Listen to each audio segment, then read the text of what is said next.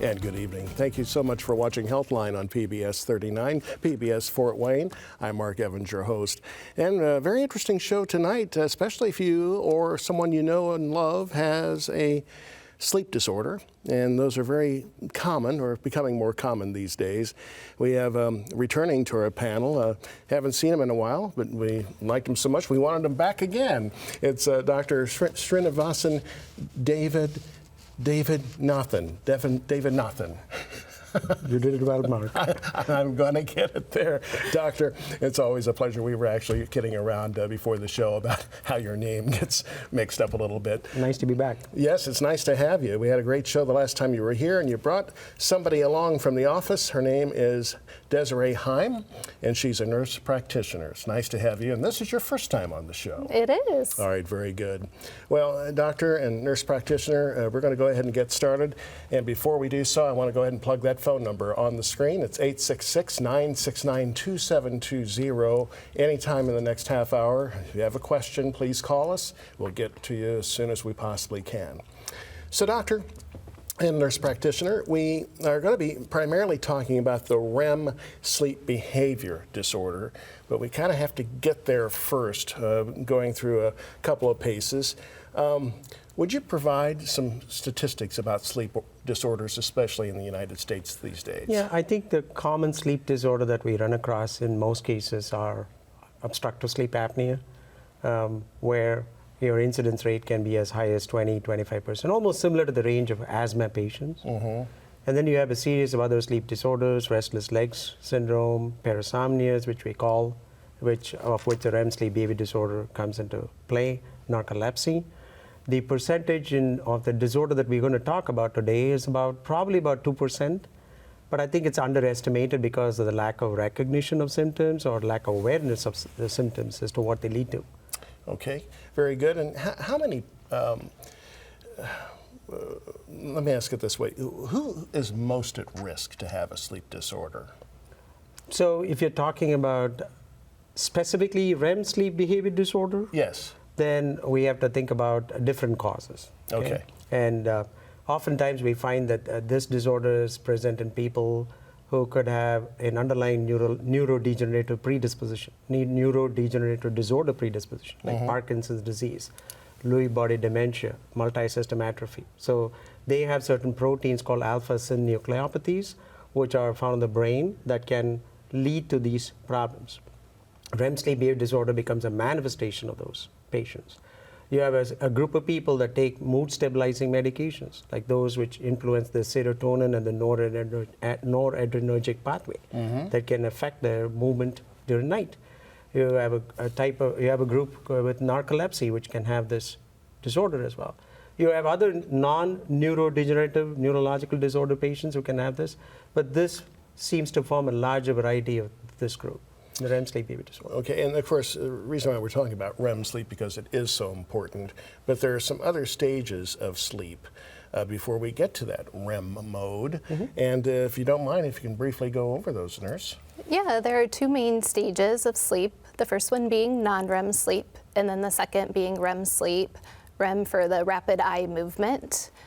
During REM sleep is when our body is what you could say paralyzed, or it doesn't move as much. And during that stage of sleep is typically when we dream and our brain is transferring memories.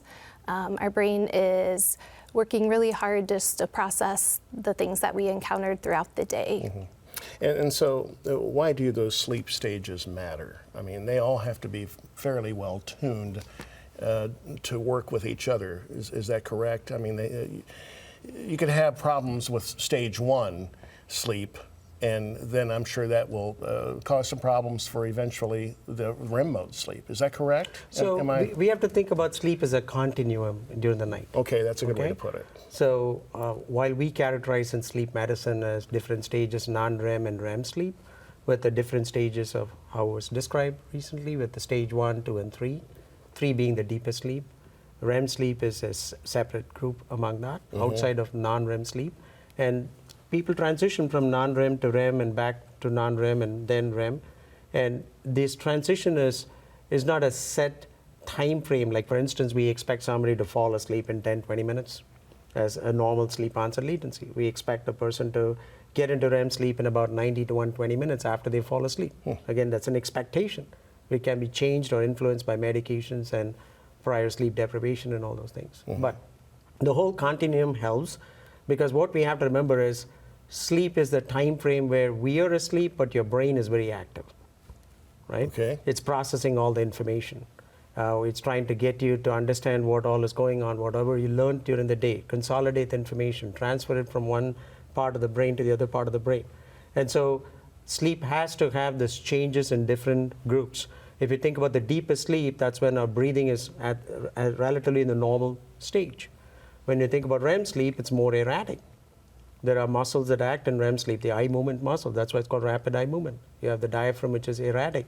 Your sphincter tone is preserved, but all the other muscles are quiet because the brain stem sends those impulses to the nerves that supply the muscles to say, remain quiet, because that's the time it's trying to process all the information to retain the memory and consolidation. So the brain knows that this change in stages are required for somebody to gain the benefit of that stage of sleep. I see. And there are some factors that affect these sleep stages. What would those be? Are those fairly common?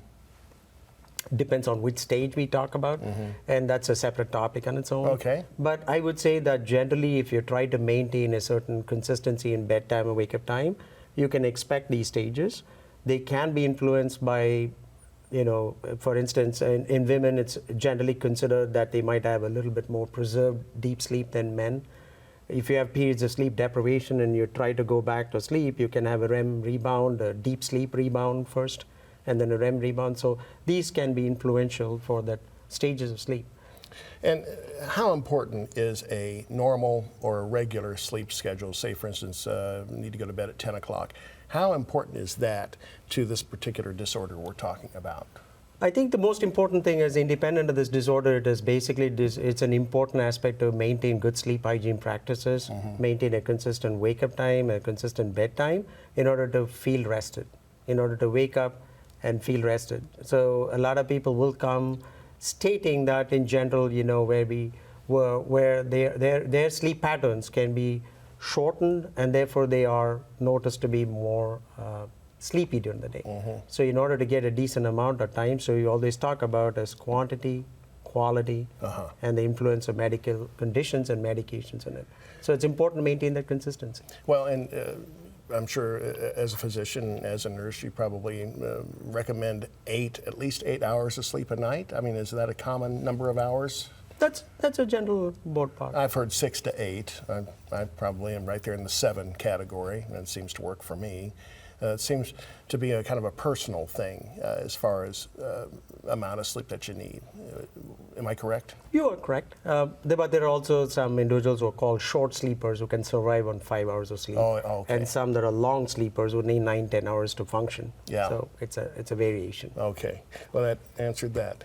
And so, with that said, as you're sleeping, how much REM sleep do you really need for your body and your brain? About 20 to 25% is the general expected amount of REM sleep on a given night.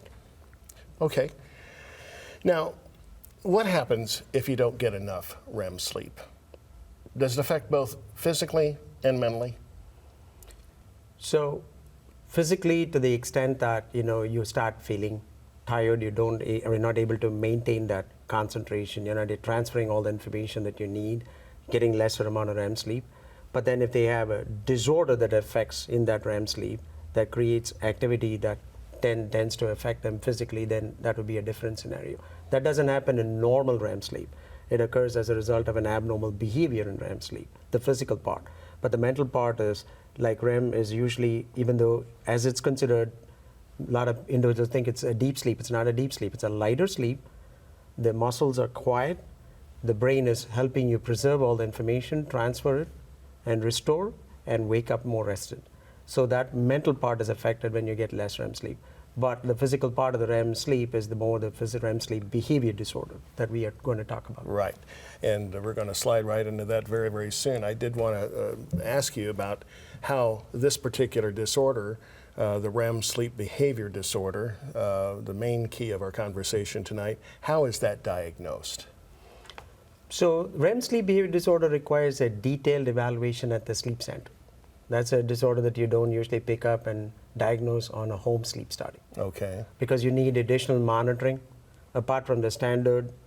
I joke about it, but I say you're going to look even more denser than a Christmas tree because you're going to have more monitors on you, and the monitors will be focused on not only the chin, additional monitors in the arms. There's always monitors on the legs in a sleep lab, but these are helpful to also know whether there's activity in the chin, in the legs, in the arms. And we have to have a camera that's focused on the patient, especially when they're covered. We got to see if there are any subtle movements. And we have to look at certain characteristics because the American Academy of Sleep Medicine has characterized REM sleep behavior disorder recognition through a set pattern of abnormalities in their movements, or what we call as muscle tone, the amplitude of the muscle tone, which has to be picked up during REM sleep to say that this is characteristic of REM sleep behavior disorder. So it's usually diagnosed through what we call as a video polysomnography, right? You have the video, the camera on you, and you have a detailed evaluation with all the channels. I've had one of those before. I've got sleep apnea, so I had to have a sleep study. My issue was I just have a problem sleeping anywhere but my own bedroom. So it was kind of an unusual setting for me, plus the wires.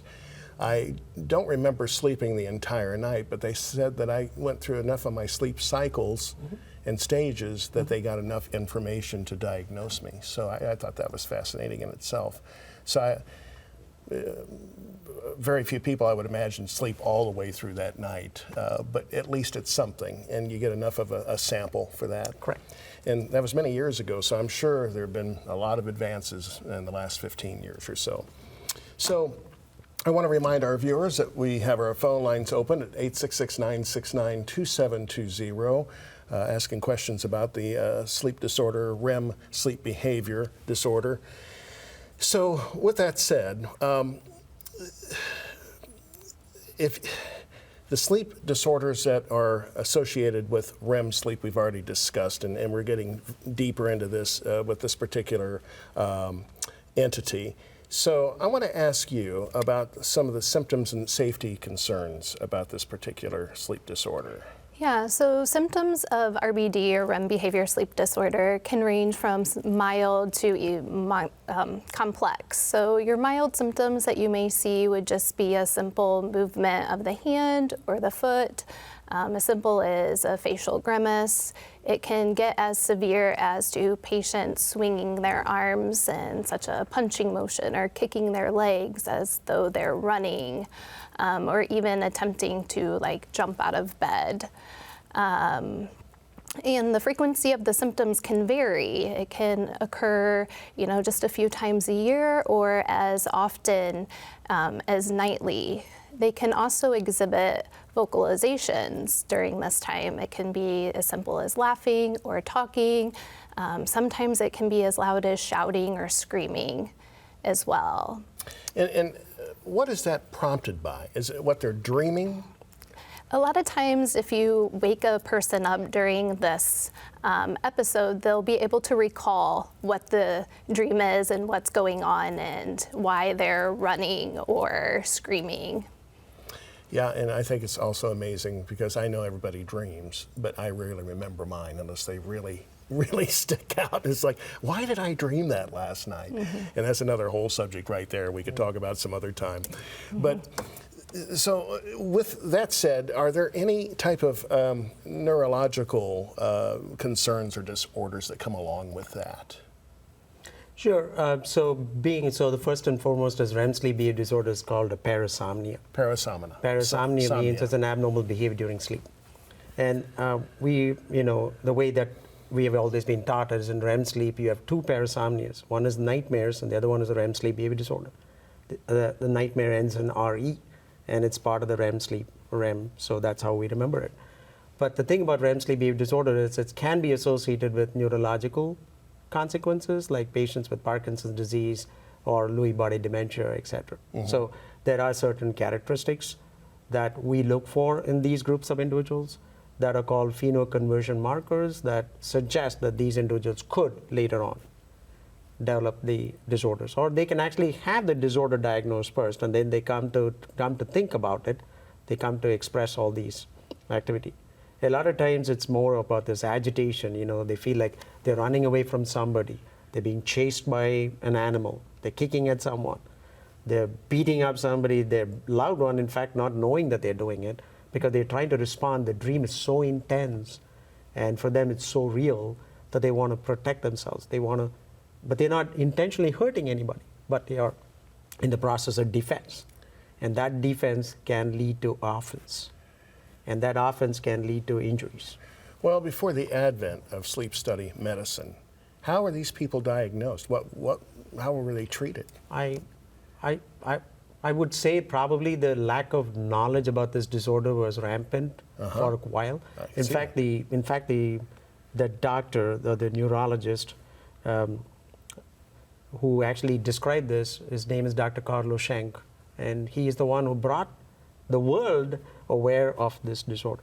He and another doctor, Dr. Mark Mahowald, basically brought, in fact, there's a book called Paradox Lost, where there's a lot of description about different people's expressions of what all that they faced. There'd be people who have told in that, I felt like I lived with an animal. There would be just so many different scenarios because it creates so much panic and fear and scare for the individuals lying next to them. Because quite frankly, ironically, even though they're acting out all this, and they may remember partially, they don't know that they're doing it. Yeah. My father had the same thing. My poor stepmother would tell us stories. Oh, your dad had a bad night last night. And Dad didn't like to talk about it. He knew that he had these episodes, but he was never, he died at the age of 52, so he had heart disease and all that other before they even said, hey, you have a sleep apnea problem as well.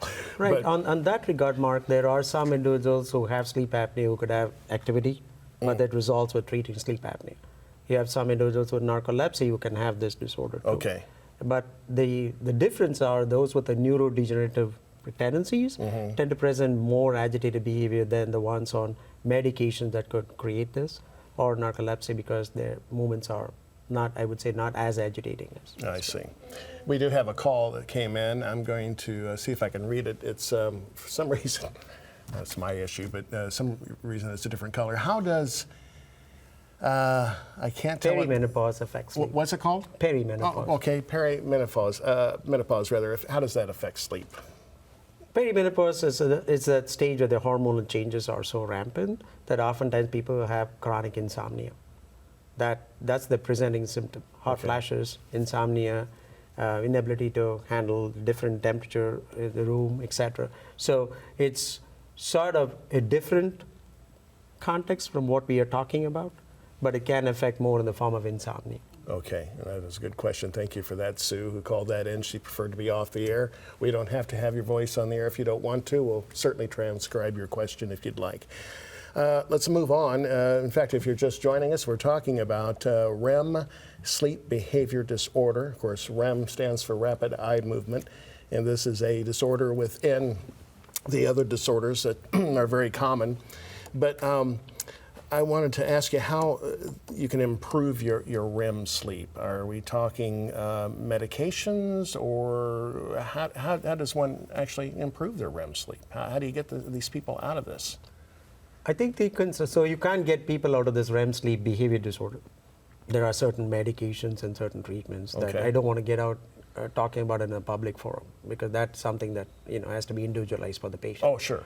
But as far as a normal REM sleep, it's good to kind of try to get that through established bedtime, wake-up time routines, and avoiding periods of sleep deprivation and rebounds. So, if a person has this, they're going to come in and see you ever so often.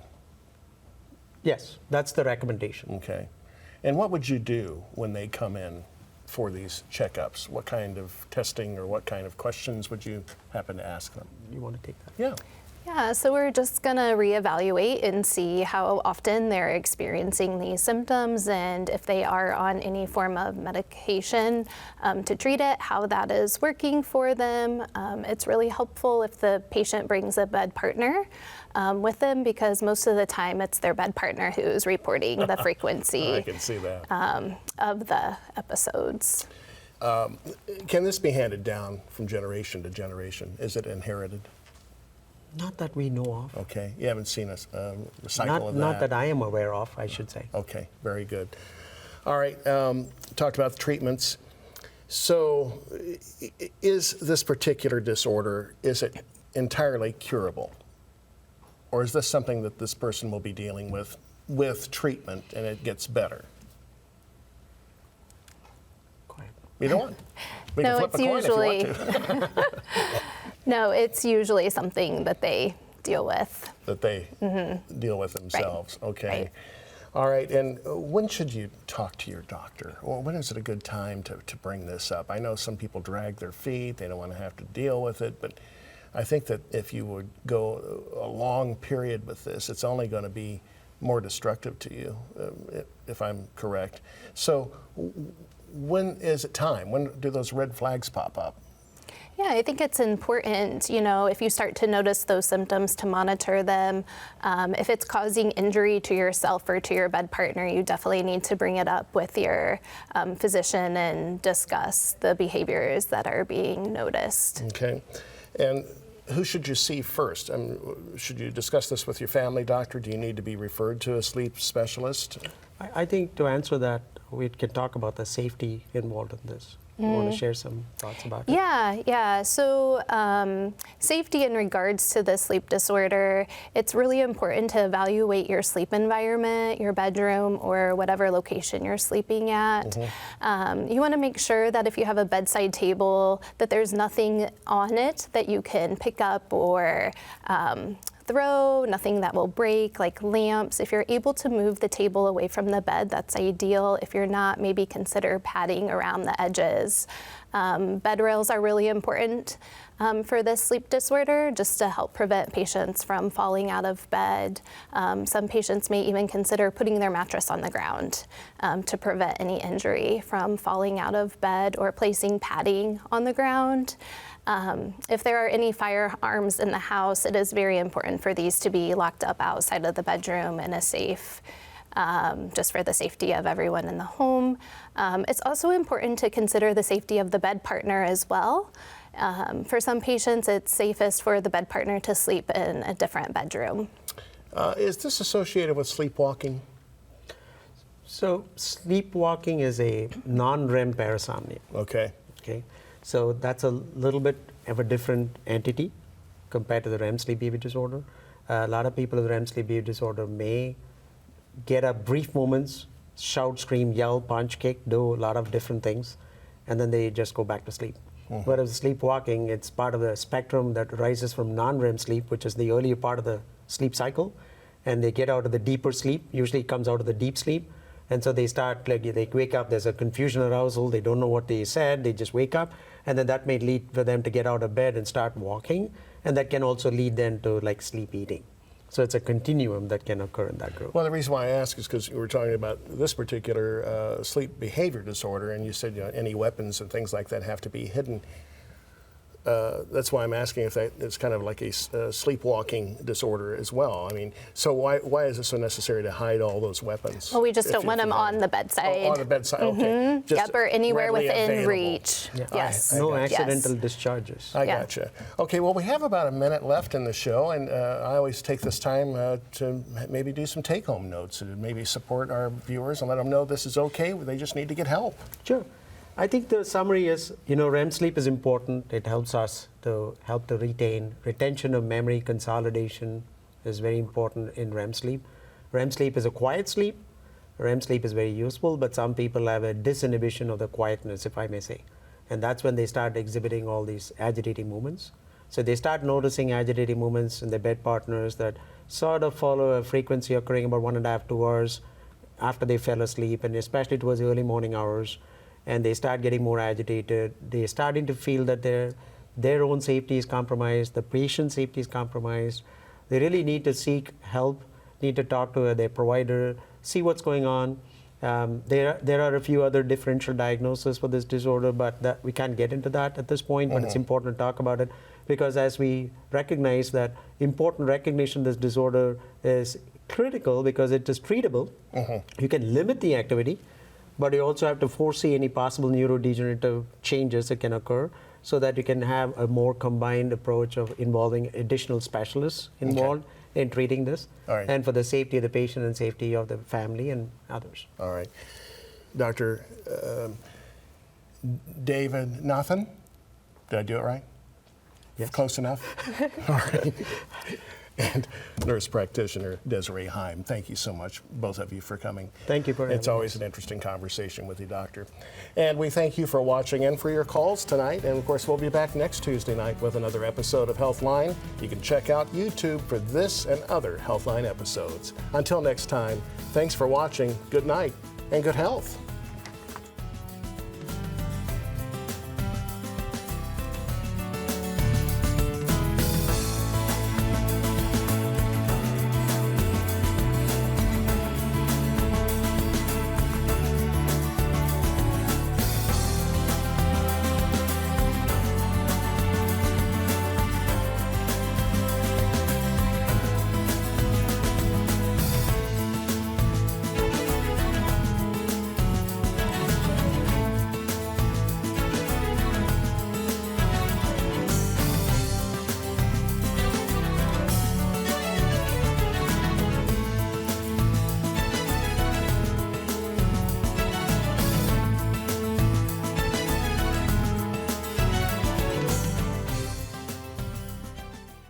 PBS Fort Wayne was made possible in part by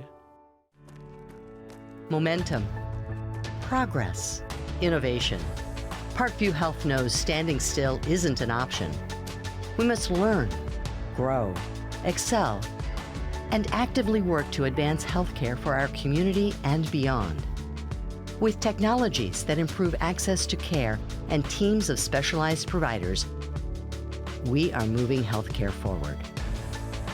Right here at Parkview Health.